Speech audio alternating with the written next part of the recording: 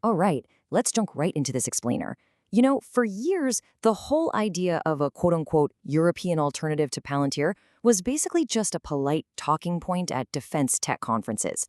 But over the last 90 days, wow, it is totally transformed from a theoretical wish into a multi-million euro procurement reality. So today, we're going to unpack exactly how and why Europe is actively shopping for its Palantir exit. We're actually seeing an incredibly dramatic shift across the continent, and honestly, it's perfectly captured by a recent statement from a UK parliamentary committee. They explicitly called the public sector's reliance on Palantir an unacceptable weakness and pushed for a thorough review of the NHS's massive £330 million deal. And that sentiment, it's echoing loudly right now. It signals a profound change in how European nations are viewing their critical data infrastructure. To make sense of this complex shift, we'll quickly walk through the shift from Palantir, what actually changed the game, the new European contenders stepping up, the brutal switching costs involved, and finally, what we can expect over the next 24 months. Let's get into it. Starting with part 1, the shift from Palantir. The sudden move away from a dominant U.S. defense tech giant isn't just rhetorical or political posturing anymore. It's actively happening right now. And the demand has moved firmly from just sentiment to actual, tangible procurement contracts. Just look at Germany's domestic intelligence agency, the BFV. Back in May, they explicitly awarded their large-scale data analysis contract to France's ChappVision instead of Palantir. Then, over in the Netherlands, the Dutch Defense Ministry formally told its parliament in early June that they want a fully-fledged alternative within 2 years. Now, governments usually take decades to move this fast. But hey, in defense procurement, 3 data points make a line and 5 make a market. We are literally watching a new market form in real time. Take France's Arcadia project as a prime example. They are actively testing a sovereign, state-backed system to directly replace foreign reliance on the battlefield. Arcadia is carrying this state-backed battlefield AI mantle right into NATO interoperability testing. It's basically a direct homegrown answer to Palantir's Maven system. It proves Europe isn't just looking for civilian data tools anymore. They are building mesh-networked, combat-ready AI, but without the US flag attached. Which brings us to Section 2. What changed the game? Because, this dramatic shift definitely didn't happen in a vacuum.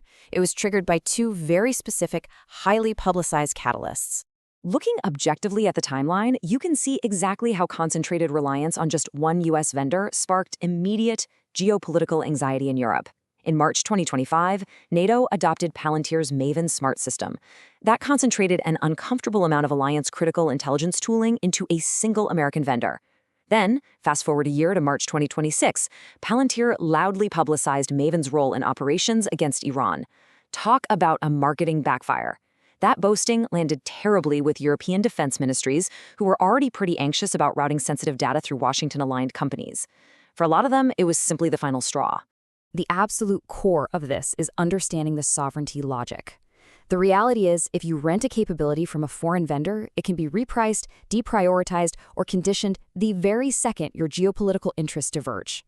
And exploitation software, the programs that actually analyze and make sense of all this data, is arguably the most sensitive layer of defense because it's where all the intelligence converges. So for anyone watching global politics, the takeaway is clear. Whoever controls the data software ultimately controls the defense strategy. That's exactly why sovereign control is suddenly a top priority. Moving on to Section 3, the European contenders. With the door now formally held open by European governments, a fragmented but highly credible bench of tech startups is rushing in to fill the void. Instead of one single massive corporation stepping in, it's more like specialized puzzle pieces coming together to replace the American giant. You've got France's ChappVision winning contracts for institutional data. Germany's Helsing is focusing heavily on AI for weapon systems and battlefield decision-making. Denmark's Systematic already has NATO adoption for its command and control software. And rounding out the field is Ukraine's Delta system, which provides absolute proof that a non-US situational awareness stack can actually work under the hardest, most grueling battle conditions on Earth. To really grasp the sheer financial scale of this emerging market, just look at the reported valuation of Germany's AI-native Helsing. 12 billion euros. That's huge. Helsing is acting like a massive money magnet in this space right now, and investors clearly see the writing on the wall. Capital is flowing toward these sovereign defense tech companies at an unprecedented rate, mainly because the total addressable market of replacing legacy US software across an entire continent is just absolutely staggering. But that highlights the core dilemma for buyers today. On one hand, you have Palantir. It's mature, fully integrated, and combat-proven. It is the ultimate all-in-one bundle. On the other hand, you have the European contenders. They're highly capable, sure, but they're fragmented in the specialized slices. European buyers desperately want that comprehensive, seamless bundle Palantir offers, but they want it without the foreign flag. Bridging that gap is the central challenge of this market right now. Which brings us to Section 4, the brutal switching costs. Because despite all this political willpower, we really have to do a reality check here. Replacing an entrenched fence system is incredibly painful and risky. The steelman argument for staying with Palantir absolutely deserves some space. Pretending that replacing a mature alliance-scale product is easy is exactly how sovereignty projects turn into expensive, multi-year failures. I mean, the switching costs are overwhelming. You have deeply entrenched data models that resist migration. You've got thousands of analysts who require extensive retraining. You risk disrupting critical interagency workflows. And frankly, right now, no single European contender actually offers the full breadth of Palantir's platform. And that perfectly explains the pragmatic reality on the ground. Several European governments, including France and Greece, are actually still running Palantir somewhere in their tech stack, even while they actively fund its replacement. It's exactly why the Dutch set a realistic 2-year timeline rather than just an immediate ban. They know that ripping out this exploitation software immediately carries genuine, potentially life-threatening operational risk. You just can't flip a switch when national security is on the line. Finally, Section 5, the next 24 months. Let's build a clear predictive framework for how this European defense tech market is going to behave over the next 2 years. So we're already deep into step 1, moving from mere sentiment to actual procurement with named deadlines and contracts.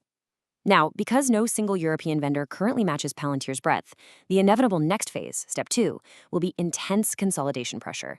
We're definitely going to see a wave of mergers and acquisitions. And that leads directly to step 3, consortium building. These specialized regional players will have to team up to create a single, unified, sovereign bundle that can actually replace the US incumbent end to end. The bottom line for anyone watching this space is this. The door European governments spent years politely holding closed is now formally, widely open. I really hope this explainer helped you grasp the high-stakes intersection of software, procurement, and geopolitics, but it certainly leaves us with a massive question. As these fragmented European players scramble to consolidate, who will ultimately win the race to build the ultimate sovereign bundle and secure Europe's defense infrastructure before that 24-month clock runs out? It is absolutely going to be a fascinating couple of years.